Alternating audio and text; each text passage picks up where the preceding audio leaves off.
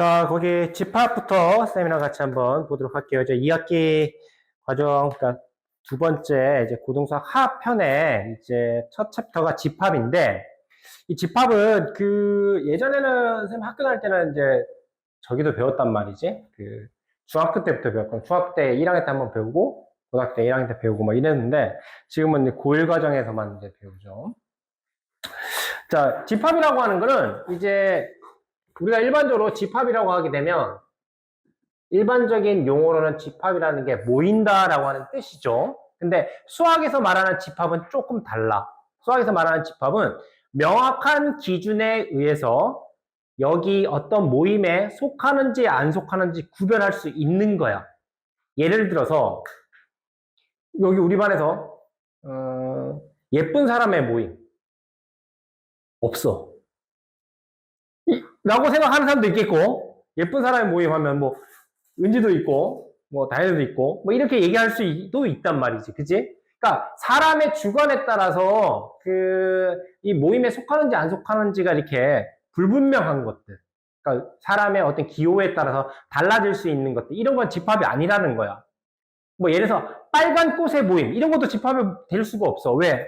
빨갛다는 게 사람마다, 어떤 사람은 완전 정말 장미처럼 새빨간 색깔을 빨갛다고 보는 사람도 있고, 그 다음에 약간만 노란빛이 살짝 도는데 약간 불구죽죽한 거, 이런 것도 빨간 꽃이라고 보는 사람도 있다는 거지, 그치? 그래서 우리가 이렇게 명확한 기준에 의해서 나눌 수 없는 거는 수학에서 다루는 집합이 아니다. 그래서 이 수학에서 다루는 집합은 명확한 기준이 있어야 돼. 명확한 기준. 요게 있어야지만 우리는 집합으로 다룬다는 거죠. 그죠? 자, 집합 하나 만들어 봅시다. A라는 집합이 있는데, 이 A라고 하는 집합은 뭐가 있냐면 5 이하의 자연수, 이렇게 놔봅시다. 자, 이런 집합이 있습니다. 그래서 5 이하의 자연수는 1, 2, 3, 4 이렇게 되겠죠. 그러면 여기 있을 때 여기 1, 2, 3, 4, 5를 바로 뭐라고 하냐면 A의 각각을 원소라고 하지요. 그죠? 각각을 1을 A의 원소, 2도 A의 원소, 3도 A의 원소. 그러니까 이렇게 낱낱 한 개 한 개 한 개를 우리가 원소라고 하지요. 그죠? 어떤 물질을 구성하는 가장 기본 최소 단위가 원자죠. 그것처럼 이것도 이 집합을 구성하는 가장 최소 단위 원소, 이렇게 얘기한다는 거죠. 그죠? 그래서 이 원소 1이라고 하는 녀석이 A집합에 속한다, 원소이다, A집합 원소이다를 우리가 이렇게 표현해 줍니다. 삼지창 모양으로 이렇게. 6은 이 집합의 원소예요, 아니에요? 아니죠. 6은 A집합의 원소가 아니다를 이렇게 슬래시를 거서 이렇게 표현해 줍니다. 원소이다, 아니다. 이해했어요? 어렵지 않죠? 그래서 이렇게 우리가 원소를 수식으로 이렇게 표현한다는 것 잊지 마시기 바랍니다.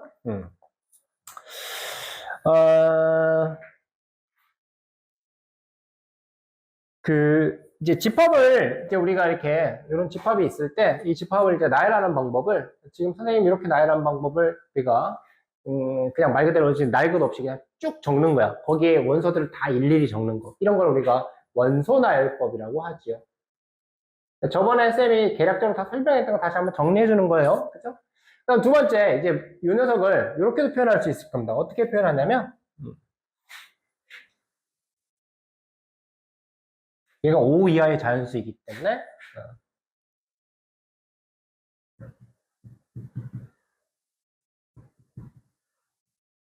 이렇게 표현할 수도 있을 겁니다.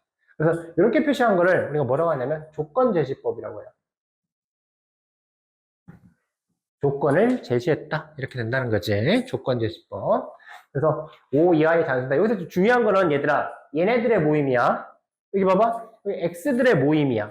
X들의 모임인데 이 X가 어떤 모임인지, X의 조건이 뭔지가 뒤에 설명이 나오는 거야. 얘네들의 집합이야.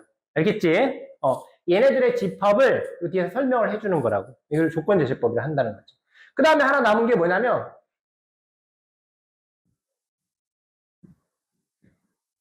자, 집합을 표현하는 방법이 총 이렇게 3개 있습니다. 이 맨 마지막에 있는 걸 우리가 뭐라고 하냐면 벤 다이어그램이라고 해요. 벤이라고 하는 사람이 만든 그림입니다. 그래서 벤 다이어그램이에요. 그래서 1, 2, 3, 4, 5라고 하는 요 각각의 원소를 이렇게 풍선으로 표현했습니다. 쌤은 뭐 이것도 편하고요. 이것도 편해요. 요게 좀 불편해요. 요게 눈에 이제 원소들이 어떤 녀석들이 잘 안 들어온단 말이에요. 그럼 여러분들은 만약에 이렇게 조건 제시법으로 나와 있으면 이렇게 표현하거나 이렇게 표현해서 문제 풀면 돼요. 그게 눈으로 확인하기 편하기 때문에. 알겠지? 그래서 조건 제시법으로 나와 있으면 원소 나열법이나 아니면 벤 다이어그램. 벤 다이어그램도 쌤 되게 좋다고 해요. 쌤 좋다고 생각해요. 그림으로 만드는 건 다 좋다고 생각해요, 쌤은. 알겠죠? 수학 문제 풀 때 그림으로 푸는 거 굉장히 좋은 방법이라고 생각해. 늘 강조하지만. 그래서 집합을 표현하는 방법에 이렇게 총 3가지가 있다. 이렇게 저번에 다 배웠습니다. 그쵸? 집합의 이제 그러니까 집합을 분류해 보게 되면, 집합에는 이제 원소의 개수에 따라서 지금처럼 이렇게 1, 2, 3, 4, 5 이렇게 원소의 개수가 유한계, 한 개가 있는, 이게 개수가 딱 정해져 있는 이런 경우를 우리가 유한집합이라고 하죠. 원소의 개수에 따른 분류예요. 유한집합. 그 다음에 만약에 여기 1부터 무한히 자연수, 즉 자연수의 모임이다, 뭐 이렇게 돼 있으면 얘는 무한집합이 되겠죠. 예를 들어서 이런 것도 무한집합입니다. 잘 봐. x바, x는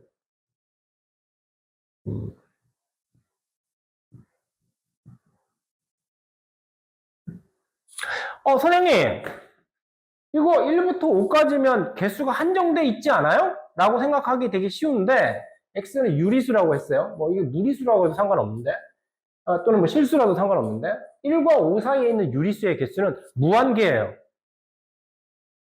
엄청 많다는 거야. 1.000000001도 있고, 1.00000 밤새도록 000 따지다가 1도 있어. 그죠? 그것도 다 여기 속한단 말이야. 개수가 무한계라고. 그지? 이게 범위가 정해져 있다라고 해서 유한계다라고 생각하시면 절대 안 돼. 그래서 얘는 무한집합에 속하는 녀석이에요. 그래서 유한집합, 무한집합. 그 다음에 유한집합 안에 뭐가 있냐면 아무것도 없는, 원소의 개수가 한 개도 없는 공집합도 포함됩니다. 공집합은 특별히 집합을 이렇게 표시해줘요. 파이. 동그라미에다가 이렇게 슬래시 거주면 이게 바로 공집합을 표시하는 뜻이에요.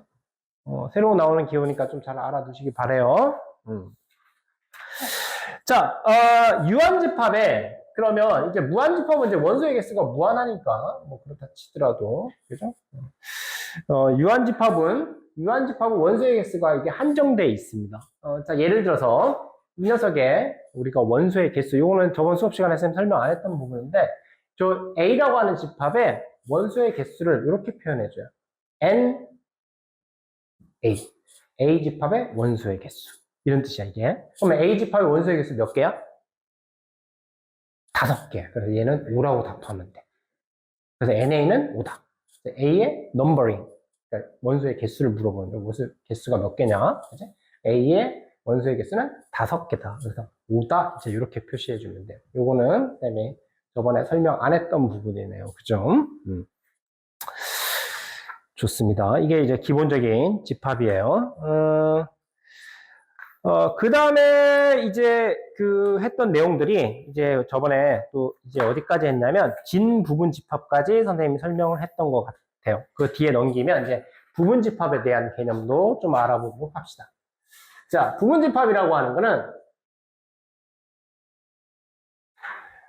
자, 여기 집합에 아까 전에 원소로 될 때는 이제 삼지창을 써가지고 우리가 나타냈었는데, 이제 예를 들어서 A라고 하는 집합이 있는데, 보통 집합은 대문자로 씁니다. 그 다음에 안에 있는 원소는 소문자로 써요. 원소들은 일반적으로 그렇게 합니다. 그러니까 여러분도 내 마음대로 그렇게 하시면 안 되고, 일반적으로 이렇게 통용되는 관례, 그러니까 보통 뭐 암묵적인 약속 같은 거지. 예를 들어서 우리 암묵적인 약속 같은 거 있잖아. 수업 중에 방구 소리를 크게 내지 않는다. 알아서 뭐 조용히 끼잖아요. 크게 일부러 끼지는 않잖아요. 그죠? 트림을 일부러 뭐 이렇게 하지는 않잖아요. 그죠? 그게 뭐 에티켓이니까 서로에 대한, 그지? 그 암묵적으로 지키는 룰 같은 거잖아. 이것도 마찬가지야. 그래서 대문자는 보통 A로 쓰고 소문자는 이렇게 쓴다는 거죠. 원소로 쓴다는 거죠. 자, 얘네 원소가 이렇게 있습니다. B집합은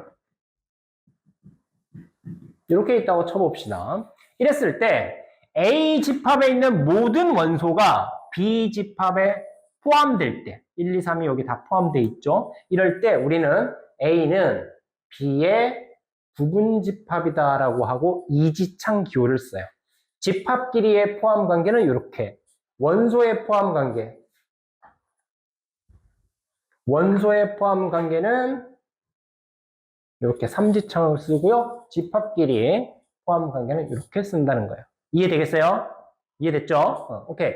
자, 여기 C라고 하는 집합이 하나 더 있다고 쳐봅시다. 1, 2, 4, 5가 있다고 한번 해볼게요. 자, 여기 잘 보시면 A 집합에 있는 1, 2, 3이 여기에 다 포함되어 있어요? 누가 없어요?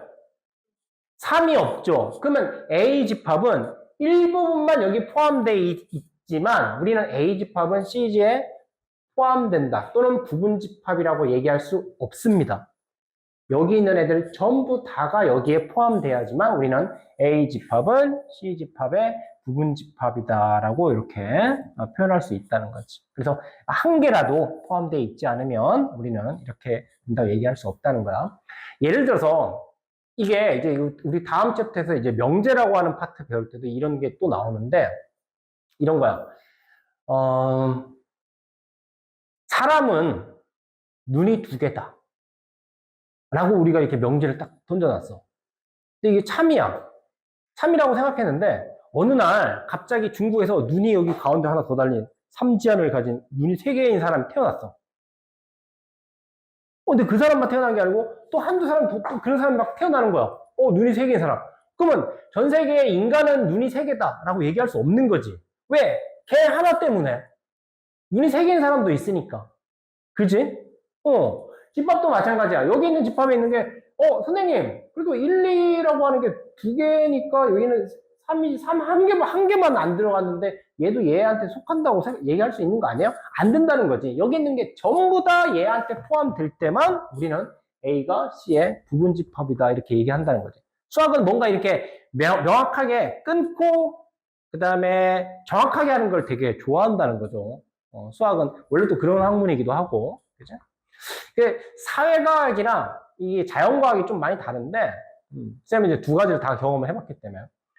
사회과학 쪽에서는 좀 약간 그러려니 하면서 이렇게 두루뭉술하게 넘어가는 부분들이 있는데, 자연과학에서는 그게 허용이 안 돼요. 두루뭉술하게 넘어가는 게 없어. 다 칼같이 딱딱 맞아야 돼. 모든 법칙들은. 그죠? 자, 그래서 저번에 했던 게 이제 이렇게 집합의 포함 관계도 했었고요.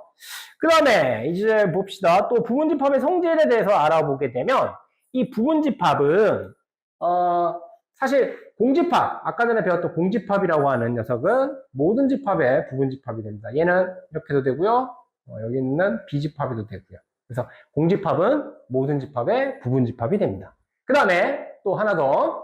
자기 자신은 자기 자신에게 대해서 항상 부분집합이 돼요. 왜냐하면 자기 자신은 자기 자신한테 항상 포함되죠. 그렇기 때문에 이것도 성립하고 이것도 성립합니다. 그죠?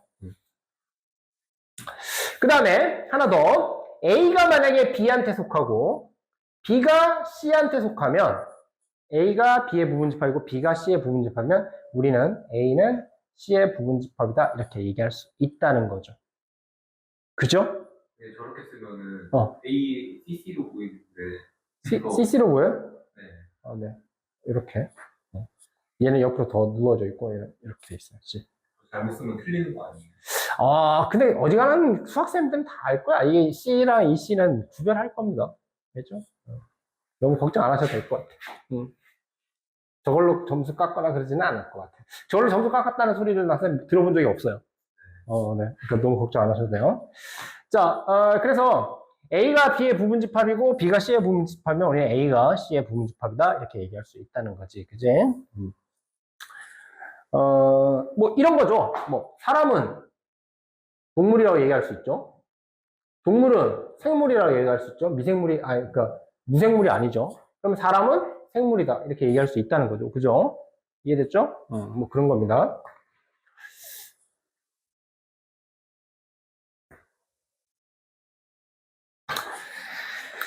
자, 그 다음에 이제 나와 있는 그 다음 내용이 이제 서로 같은 집합인데요. 서로 같은 집합은 거기 나와 있는 대로 A가 B의 부분집합이고 B도 A의 부분집합. 서로가 서로한테 부분집합이야. 그 얘기는 뭐 서로가 같다는 얘기죠.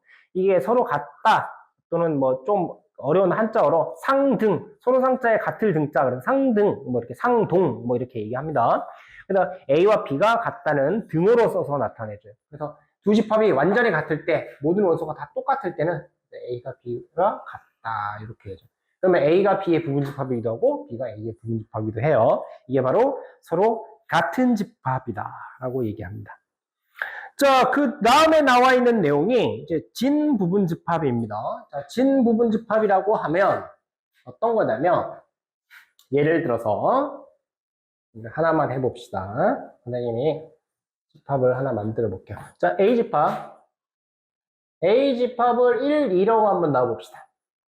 원소가 이렇게 1, 2가 있어요. 이랬을 때 이 녀석의 부분집합은 공집합은 모든 녀석의 부분집합이니까 당연히 부분집합이 될 거예요. 두 번째, 이렇게 1만 있는 녀석도 얘 부분집합이 될 수 있을 거고요. 그 다음에 2만 있는 거, 그 다음에 1, 2가 다 들어있는 거. 이렇게 될 겁니다. 그래서 이 녀석의 부분집합은 이렇게 하나, 둘, 셋, 네 개가 존재할 거예요. 다현아 이해되니? 오케이. 그런데 이 중에서 자기 자신과 똑같은 녀석 있지. 얘를 지우고 나머지 요 세 녀석을 우리가 진 부분집합이라고 하죠. 진짜 부분집합. 그죠?